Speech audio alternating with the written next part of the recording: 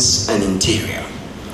His political career is marked by bold advocacy for economic nationalism, anti-corruption, and transparent government. Over the years, this is something he's done so publicly to save the Ghanaian purse. In 2023, he contested for the presidential candidacy of his party, finishing as a runner-up. His campaign centered on restoring discipline, promoting job-led development, and building a resilient and self-sufficient Ghana want. The third thematic area, thought leadership and vision for Africa. Honorable Agyapong's leadership philosophy is grounded in the belief that Africa's greatest asset is its people.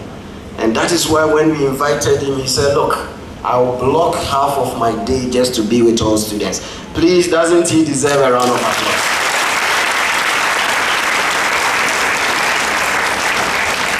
He has consistently articulated a vision of Africa that is self-reliant, productive, and globally competitive, anchored by local solutions to local challenges. He is a firm believer in the power of regional autonomy and decentralized governance to unlock innovation and responsiveness across the continent. His lived experience as both entrepreneur and legislator makes him an authoritative voice on the intersection of governance, economic growth, and youth empowerment. Let's look at another important aspect of him, social impact and philanthropy. And Honorable, as I read this one, please, we want to put concrete on this conference. And I am sure as I'm going to talk about another thematic area of him, social impact and philanthropy, Madam Dean is usually shy. She's not saying she needs a vehicle to promote the intention and practicum of the School of Social Science. But I have said it before reading this thematic area. From education to healthcare, Honorable Agyapong has invested extensively in social development. He has personally funded the education of hundreds of students, supported health initiatives, and provided infrastructure to underserved communities. And always his focus is on dignity, opportunity, and long-term impact. Known for his candor, patriotism, and fearless pursuit of change, Ken continue to inspire new generation of African leaders determined to shape the continent's future. And you are the latest addition he wants to impact. As a philanthropist, he's built a $6 million cardiotherapy center at 37 Military Hospital.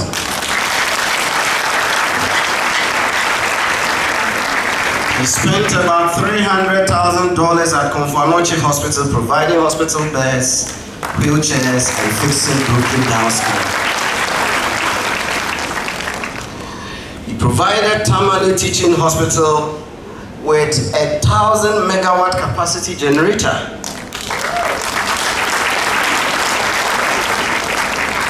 He has about 16 companies in all, as I have mentioned. He's one of the few Ghanaians having a steel company, which when completed will employ over 1,000 workers. And this will add up to the thousands, over 7,000 workers he's already employing. He has the biggest coal store in Africa with 61,000 tons. And that certainly empowered him to give more. And so, Madam Dean, I have channeled our needs to this philanthropist. Please, with a resounding applause, if you clap the loudest, it will touch the hearts. Let's give him a standing ovation and welcome Honorable Ken Agyapong.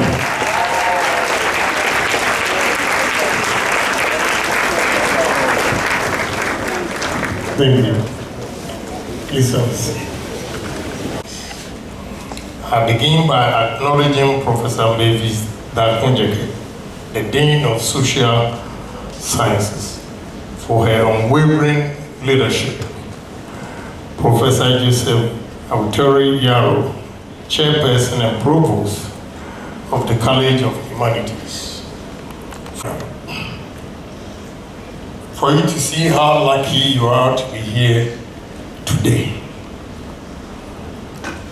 I was born and bred at a village in central region called St0rm.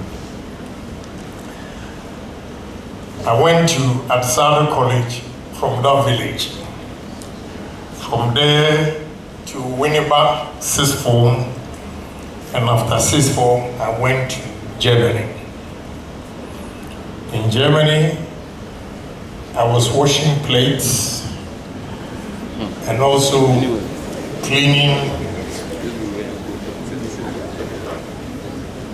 shops known or called Promat shop in Hamburg. From there, I saved money and went to America. And in America, I first worked at St0rm Bakery. Then I got a gas station. I worked, and that time I was working 88 hours a week at the gas station and 40 hours at the bakery. I managed to save and bought my first taxi. Within 7 months, I had 8 taxis. 7 guys working for me and paying $40 a day. So I was making $280 from the drivers, and I was also saving $100. It means I was making $380 a day. Then I managed to buy a house at East Legon for my parents. Because my stepfather was an ex-military officer, he didn't save money for the rainy day. So when he went on pension, he had no place to live. They allowed him to stay at his bungalow for 6 months, and they threw them out. When I heard of the news, fortunately, Mr. Zuma Nelson and his manager were in America. So I gave them my first $16,000 in 1988 to deposit on a property for them. And Mr. Asa was very honest. He did that. The actual cost was $24,000. So after the deposit, I gave the rest of the money. That's how they moved. I went on doing business, and I decided to go to university. What you're lucky is when they say 24 years in parliament, say some of you were not born. I went to university at the age of 33. I had a daughter and a son before going to university, Fordham University in New York. Let me tell you, I had my business here, and going to school over there, the level of dishonesty, my business was near collapse. So the 3rd year going to 4th year, I stopped the university because Fordham University, I was the best economic student.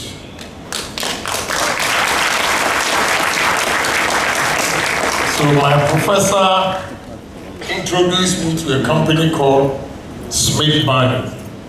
It was Solomon and Solomon, now Smith-Barney. That is where Bloomberg was working. When they came to campus to interview me, they said they were going to offer me $120,000 a year. Whilst they were interviewing me, I had $1,145,000 saved, intact, at a great bank. And Dr. Kranche was the one who was managing it for me. So I came back home and asked my wife, so all these school, sleepless night, writing 10 papers, I'm going to make $120,000 a year minus Uncle Sam. Whilst the workers here were just misusing the money. I promised my wife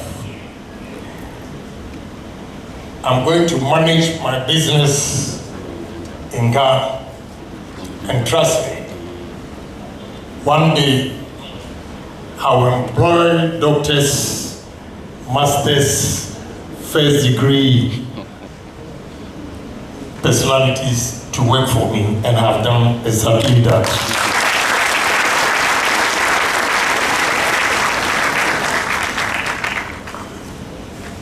Today, you can use your IT, the digital technologies and all those things to do something better than what I was doing, because when I was in secondary school, where I got the business traits, was that I didn't feel shy, because I was born and bred in a poor home, and all I did was, my mother was trading, or a trader, selling on a small table at Kanshi.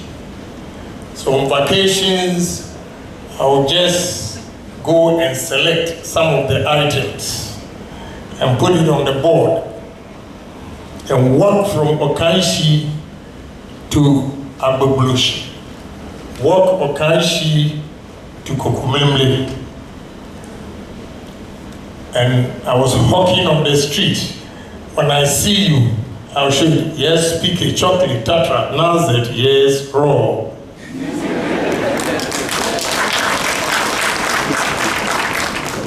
Oh, at St0rm College, you have affluent kids, because they are from affluent homes. And we were poor and underdogs. Sometimes I see my friends on vacation at the airport, going to London, Europe, and I'll be selling at the airport. But here we are today. I share this to motivate you. I'm not shy of my beginning.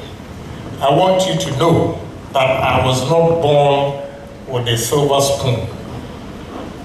I didn't know how to use fork and knife until I passed and I was going to St0rm College, and my father came from Kumasi to teach me how to use fork and knife. What I want to tell you today is simple. Every student here, whether you're an economic student, sociology, political science, whatever, you should have a vision. So ask yourself, what is your vision? Is your vision going to be, oh, after here, I'm going to look for a job? Or have a vision that after here, I'm going to build my business? Like my young man here. He was here a couple of years ago, and now I heard him say that he did political science. But from what I read about him, it means he's branched off completely. What that means is you only have to acquire knowledge here. It doesn't matter what you read on campus. It's you, the individual, and your determination. Every individual here should have 5 things. And write it down. The acronym is GOSPA. GOSPA means you should have goals. Every individual should have goals, objectives, strategy, planning, and activities.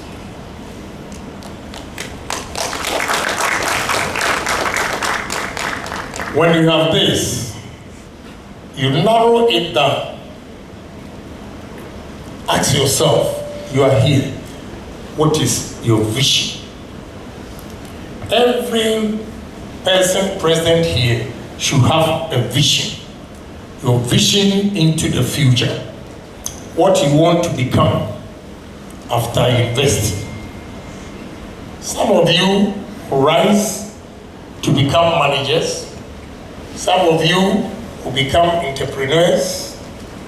Some of you will be academia, among the professors.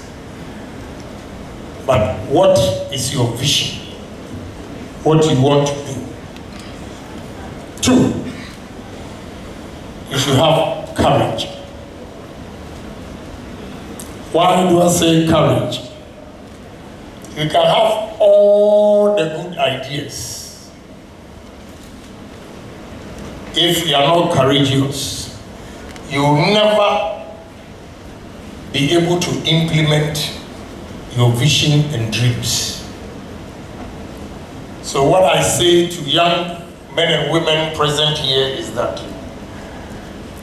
you should be bold to take risk, and the future belongs to risk takers, not security seekers. I repeat, the future belongs to the risk takers, not security seekers. What do I mean by this? We all have fine ideas. We are working. We are saving money. You accumulate the savings to a point where you have to take bold initiatives to invest your savings. The security seekers are those, with all due respect to professors here, academia, and everybody. Security seekers are those who are afraid to take risk and go and buy treasury bills with their savings. Because the treasury bills is being managed by a bank to give him interest. Have you asked yourself, how much is the bank going to make for them to pay you interest?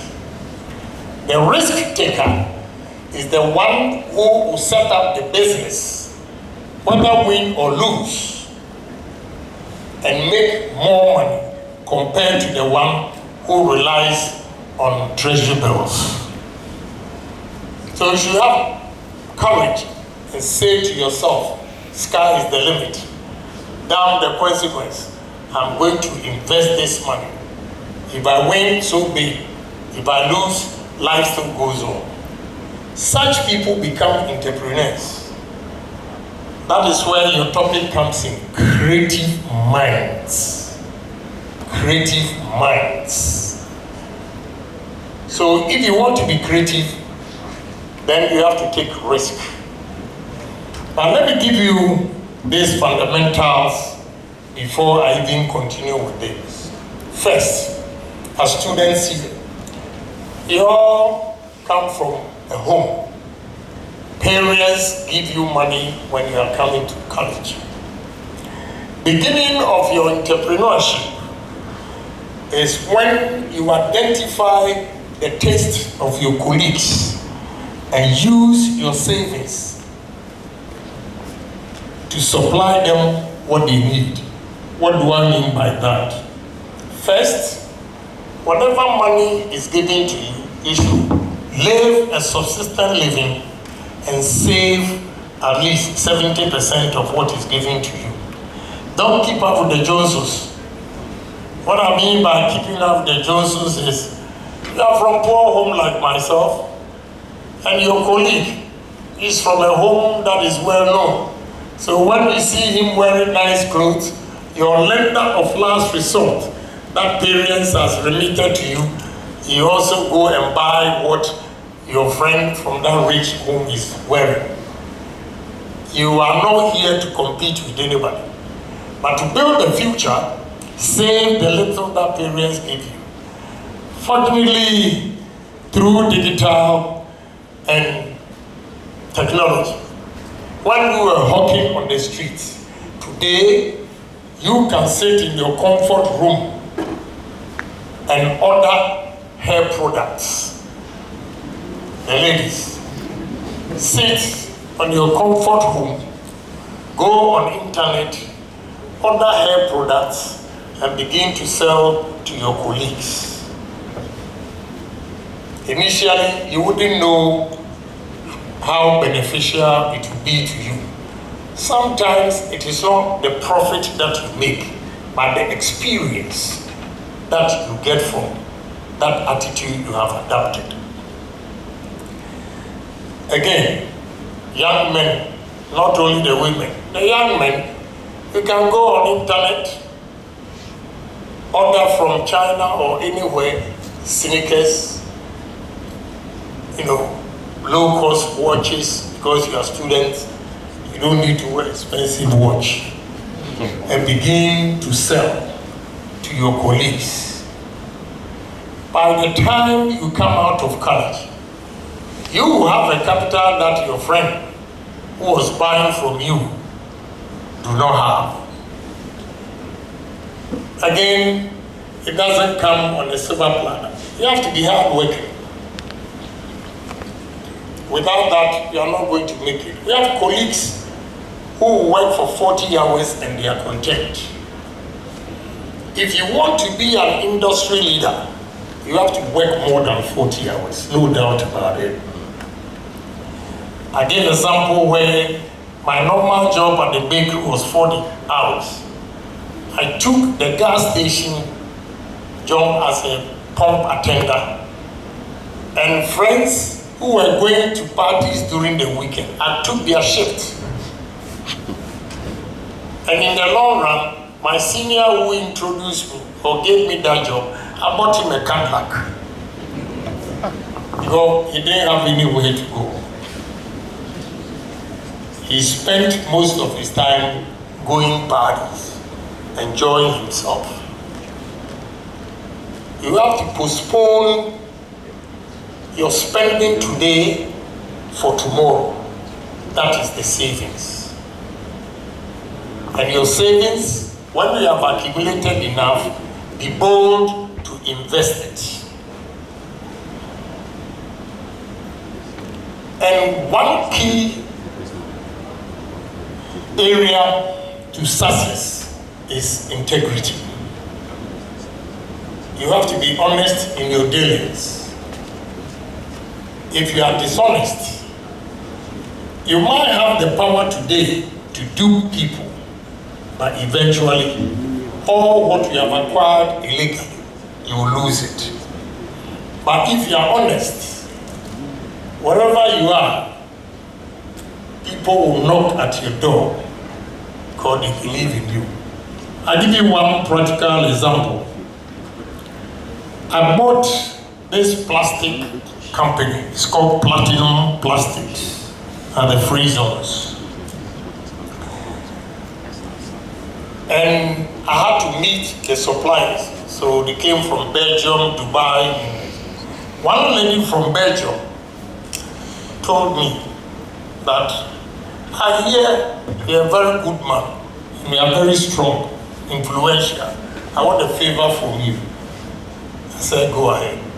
And she said, she has supplied materials to a gentleman to the tune of $70,000. And for 2 years, he has not paid. He has checked all the records. He's cleared the goods from the port. And the gentleman keeps telling him, hey, that he was not able to clear the goods. What I realized was that all the agents, they know each other. So now he has passed on the information to other competitors. And now the guy is blocked. Second example, I have a company, I supply heavy-duty equipment to mining companies. A gentleman, I bought 16 ADTs, cost $7 million, which I paid cash. no credit. This gentleman took the machines and he never paid. So I took the machines back from him. Just about a month ago, there was a mining conference in Tanzania. The guy went there. He was bragging to investors. I'm the biggest supplier of mining equipment in Ghana, this and that. Unfortunately for him, it didn't happen to him in Ghana here, but in Tanzania. He was talking to Dangote's partner, who is into mining and tech. And the partner's son is my son's friend. So they were in Tanzania together. They went and he saw the guy who duped me talking to his friend's father. So I'm the biggest supplier. And he was born in America. So that inhibition is not in him, oh, fache, no. Then he told them at the meeting, he's a liar, he's a thief. My father gave him this number of ADT equipment and he never paid. You become stale and stagnant. So take advantage of technology and the digitalization.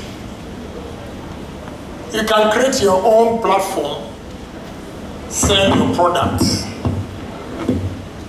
Professor Namzoya, where you come from, you have a lot of shea butter.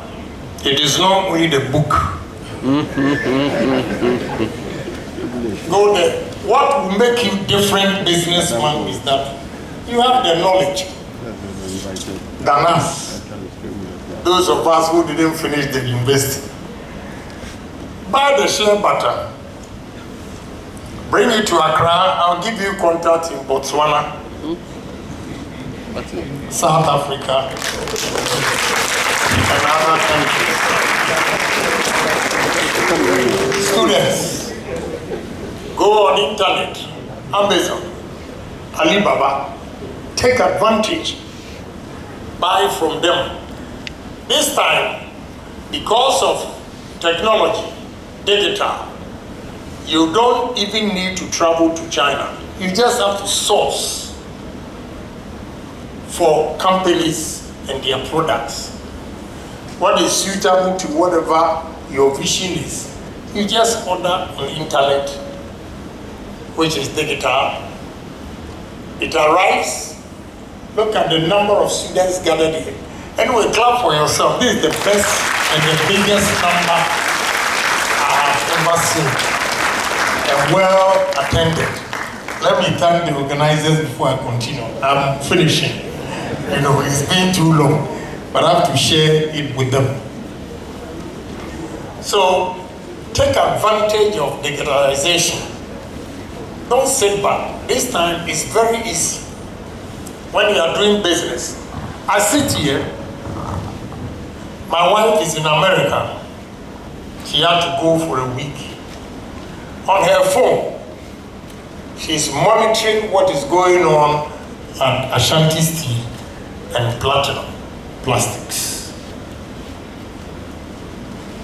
I sit here in my office, my bedroom, not my office. Because my cousin here doesn't even know that I monitor all the businesses from my bedroom. I'm sharing this with you. This is a secret. I know tomorrow he'll try and get to my bed. So technology and digitalization enhances businesses better than what we were doing before. So young men, take advantage of what is going on in the world. You can go ahead and do your masters, but whilst you are doing the masters, you should also be doing small jobs for supplementary income. So when we are here and we're talking of this digital age, it is to your advantage. Because the products that I was hawking on the street, now you can put it on internet. You have chocolate, you have raw, you have blade, tatra, Laz, all on internet, and they will buy it. That's the advantage you have. Instead of walking miles, this time you sit there and you can market your product. Take advantage of that.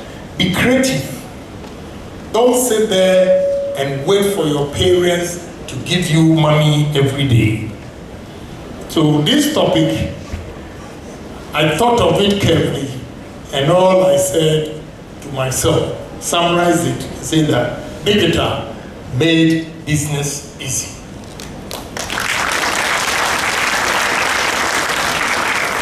Careful thought, the whole thing, I summarized it and said digital made business easy. So now business is easy because we've digitalized everything. You only have to be creative to know what you want. Then take advantage of it and work hard. And trust me, sky will be the limit. So sitting here, all speakers mentioning Agyapong, I'm not a magician, I'm just one of you. Just that I work hard. And I don't take no for an answer. When I set my mind on something that I'm going to do it, I make sure I execute it.